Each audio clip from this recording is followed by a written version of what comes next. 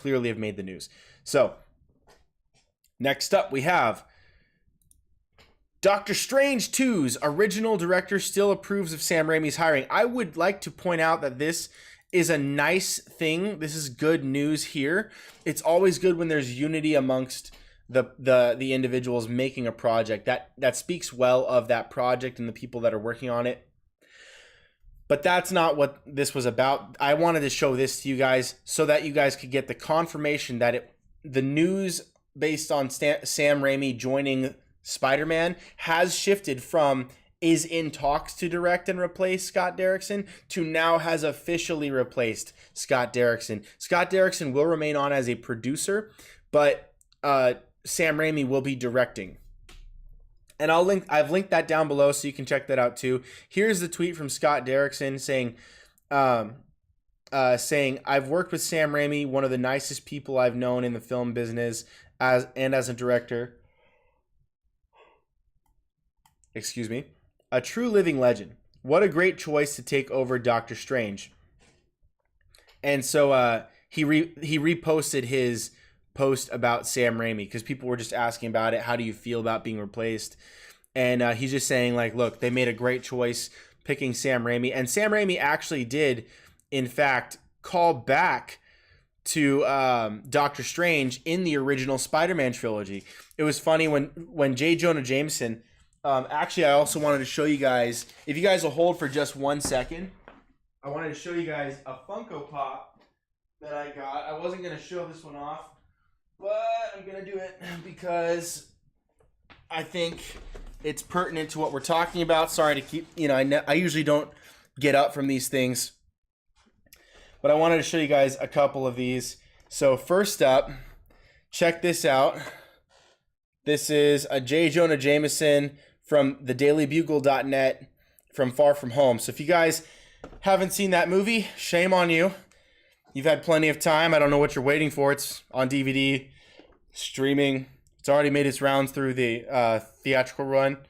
So I don't care if it's spoiling for you. This is incentive for you to go see it, and you need to get around to seeing that. But this is Pop in a Box. Far From Home, J. Jonah Jameson. They got J.K. Simmons to play J. Jonah Jameson, and then the Morbius trailer and images from Sony's Venom as well. Both of those tie back into the Sonyverse, as well as J.K. Simmons tying back into the Sonyverse and the original trilogy. And then the Spider-Man that was on the wall art in Morbius was Sam Raimi's Spider-Man. And now Sam Raimi's directing Doctor Strange in the Multiverse of Madness. Keywords being multiverse, not to mention Far From Home, which is a Sony-made film in the MCU, was also having to deal with the multiverse. And that was one of the lies that Mysterio told Peter Parker, but was not confirmed to be completely false. The fallacy was that he was from an alternate universe, but that doesn't mean the multiverse doesn't exist. In fact, we know it does. And so this is also something I was thinking would be a very distinct possibility in the near future.